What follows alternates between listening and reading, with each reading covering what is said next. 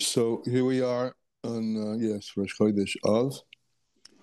Kishenichnas Av, the Chazal say, when Av comes in. It's not Rosh Chodesh. It's not Rosh Chodesh? Oh, yeah, Shabbos was Rosh Chodesh. Thank you. Okay. Shabbos was Rosh Chodesh. Oh, and so I am off then. So today is Beis. Today is Beis, the second? Yes. Okay. Okay. Because I thought we didn't do Rosh Chodesh, but I guess we did Rosh Chodesh on Friday. Okay. So second, thank you.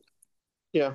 Next, nevertheless, Kishenichnas Av miyut b'simcha, mamit b'simcha, it says you should diminish in simcha when Av comes in. And two explanations I just like to bring to the table. One is you should always be b'simcha, right? Yivdu es Hashem b'simcha. It's just that in Chodesh Av you are a little less b'simcha, but still b'simcha. And the other is Kishenichnas Av mamit b'simcha. If you want to diminish Chodesh Av, meaning the negativity of Chodesh Av, do it with simcha. So second Menachem Av, a directive for all. There's a directive for Av. Now this is interesting. Directive for all, right? And it says a boy begins putting on tefillin 2 months before his Rav, before his Bar Mitzvah, at first without a bracha, and then a few weeks later with bracha. How this applies to all of us, I'll leave for us to think about. Because it's not just about the women things, but what about those people like us who've already put on tefillin? But he says it applies to everybody. Okay, lessons in Tanya. So we are on the second of Av. So I had it wrong here. We're starting chapter 12. Okay, chapter 12 starts on page in here. Let's see, 1118. Page 1118. And over here, in Likutei Amorim, chapter 12, starts on page Kuf Aleph. So what have we said before? Oh, we actually talked about this on Shabbos, the prelude to this, about Simcha. Remember, Shuva Ba'ava, Shuva Ilah, the higher level of Shuva, is called Shuva Ba'ava. It's connected with Simcha because it's Shuva Ilah is connecting with Hashem. And Shuva Tata is having some regret. And David HaMelech said, Chatasi Kanegdi Tzomid, my sins are in front of me continually. And what he meant by that is that they're always there to remind him. And to remind him, they're not close to him, they're far away from him, but they're there to remind him of his humility, of the necessity for humility, the necessity for openness. And that's the beginning of transformation, to be open to change and to move into it with a humility that's derived from the erasure, so to speak, the diminishment of the narcissistic self. Okay, Perek Yud Beis. The Tam HaSimcha, and a person, what's the reason? How can a person be besimcha, especially be Yisuri Haguf, if a person lo yolenu is confronted from all kinds of negative experiences of the body, the physical world, the affairs around us, the family affairs, etc. The feature here, Taiva Gedola. You should know that the Yisuri Haguf, which is not so easy to take, that the afflictions of the body are Taiva Gedola v'atzuma, nefesh hachaytes. It's a great goodness, a strong goodness to a sinning soul, in order to clean the person in this world. This is pretty tough language, though, let me tell you. I'm sure you're getting it. In order to clean the soul in this world, and to save it, in order to save it from the scouring of Gehenna. You have to clean yourself. Once, it says, who stands in front of Hashem? Nakika payim uvar levov. It's a pasuk. One who is clean of hands and pure in heart. And like a piece of laundry, we've had this before, you have to scrub it in order to clean it. So there's a scrubbing. And one wants to think, he's saying, take this scrubbing as a prelude to a cleanliness, which will, number one, spare you from any deeper kinds of afflictions, but also pave the way for your ascension into the realms of Simcha. This is the cleaning oneself off in this world in order to arrive to a higher state in the next world, or even a higher state in this world. Bittul, we've talked about it so much. Hafna, humility. Mashiach. Moshe Rabbeinu was called the Onav Mikol Adam. He was the most humble of all people. And that's the union of Mashiach. The Mashiach is king. He's the most humble king that exists, because humbleness means openness. Openness means a pathway for the light. So consider the afflictions of this world as a cleansing. From the scouring Gehenna. When he says specifically in our generations, in these generations, we don't have the ability to fast. We spoke about that earlier, that in these generations, the avoida of humbling oneself is not through fasting, but mainly through tzedakah, because we don't have the kind of strength that the previous generations have had. So particularly in this generation, we don't have the ability to fast. If he misper kol hatzoymes, according to the number of fasts, remember we spoke about the different number of fasts for particular kinds of sins and how to do them. If you do want to do the fast, you can do them in the short days of the winter. You can do them for half days, etc. But generally, he says, no, stay away from fasting. But they do have that capability. The Ramban writes, his explanation of his Pirush on the prophet Eov. He says, even the punishments of Job, Ayin Shonat, 70 years, Ein lehem erech klal, are not comparable at all to the one moment, 1 hour in Gehenna. Because the afflictions in this world are just 1/60th of the purifications that are going on in the next world. This is but 1/60th. Batal b'shishim, that if a piece of meat falls into milk, if it's 1/60th or less than 1/60th, it's nullified. And so 60 is a number associated with nullification. In this case, nullification of the negativity. However, since this world, as I said, this is not so easy to take. Since this world, it says, Olam chesed yabana, the world is built in kindness. And he says, this world is the world that's built in kindness. Whatever the afflictions are in this world, they are light afflictions. And these nitzel save one, medini kashim shel olam haba, from the severe dinim in the future world. Just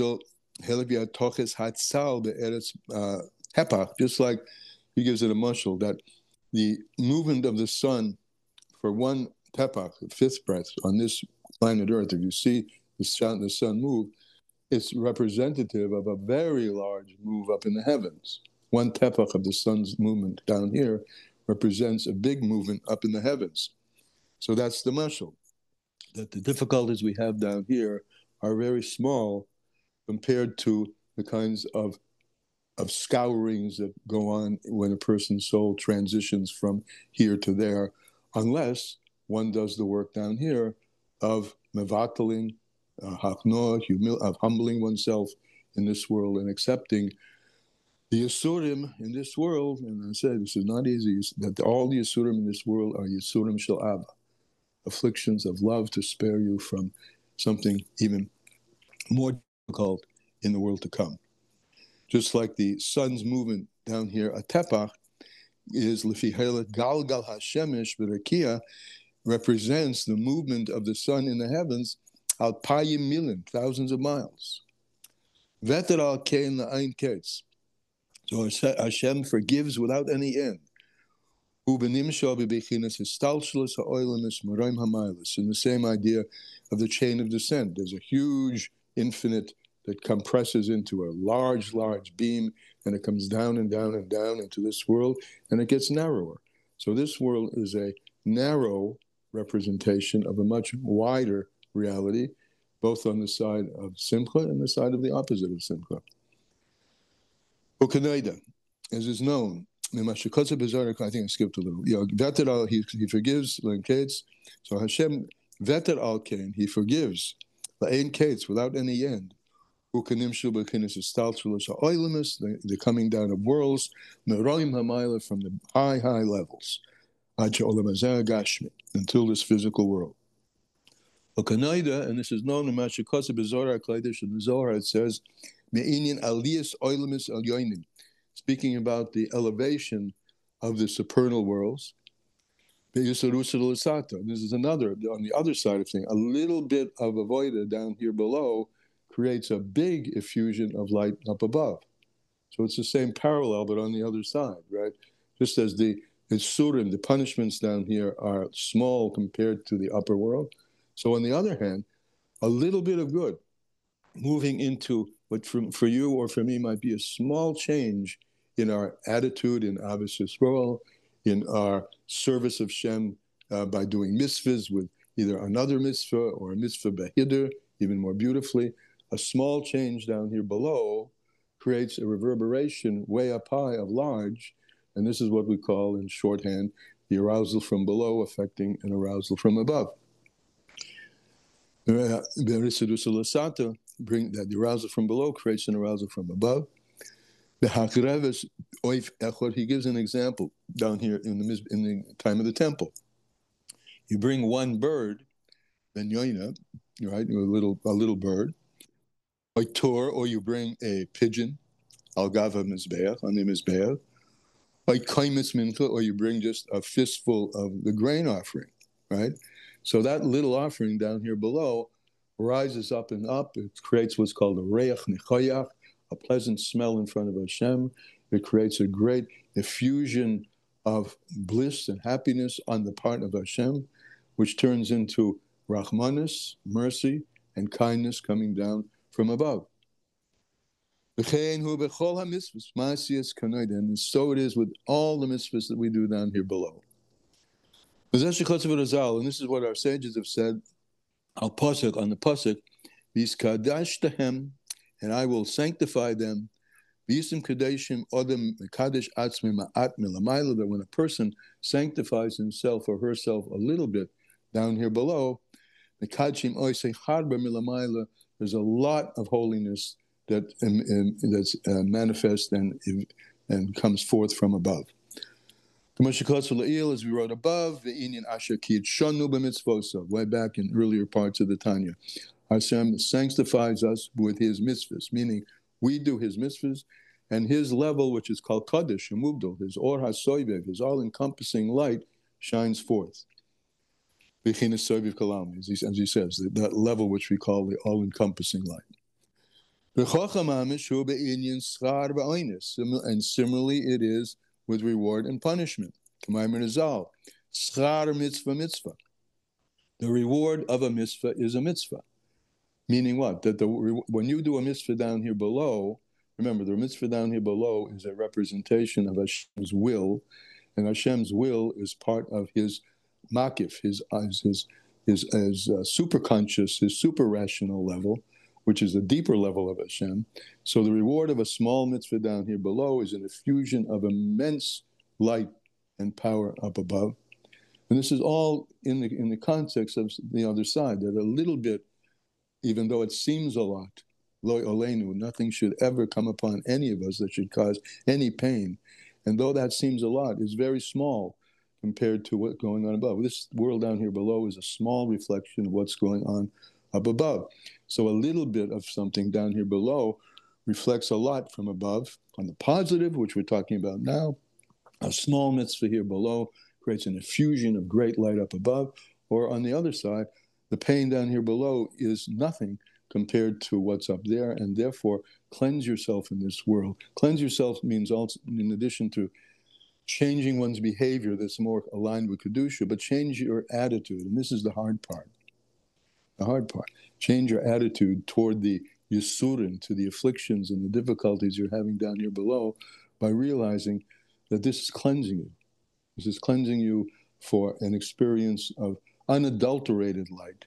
Not only in the future when your soul goes up above, but it's part of Shuva, right? When the world does Shuva, when the world returns to Hashem, then Hashem returns to the world. So this is all part of Gilui HaGeula, the revelation of the redemption as well. One side, mitzvah gereres mitzvah, one mitzvah brings another. And the other side, more and more humility and more openness and more acceptance and utilization of this as an opportunity for strengthening one's avodas Hashem also brings the geula. And that's basically what he finishes up and says. But this is also true in the balance of reward and punishment. Kamay Zal, schar mitzvah mitzvah. The reward of the mitzvah is a mitzvah. Kamashikos is written in another place. And he ends this chapter by saying, understand this. This is simple to understand, albeit admittedly not so easy to practice, but easy to understand. And one who really grasps what we're saying about the Yisurin down here in this world, being a way of scouring oneself, of cleaning oneself and opening oneself up. And I said, not just for Olam Haba, but opening oneself up to a deeper commitment to mitzvahs. If a person gets that, he says, Umaskil al dava yimsutoy, one who understands this thing will find goodness. And that is the end of Ageres HaTshuva. Next time we meet, we're starting Ageres HaKodesh, which is, well, we'll talk about that when we start it, I guess, tomorrow. All right. Any comments or questions? Nobody? Wait. I think the one thing I'm waiting. we can all take on this is that it says right? Ha'olam yabana b'chesed, right? Chesed olam yabana. Yeah, this word. Whatever the phrase is, yeah. That's just to keep that in mind, that whatever That is all, yeah. gives us. Go ahead. Not to see the good. Let's just say that. To see it all as a kindness. Yeah, as I said, not so easy, but yes, that's the lens he wants us to look through. And it's achievable, otherwise he wouldn't tell us this. But it's an achievement. Tomorrow, Yimir Hashem, have a wonderful day.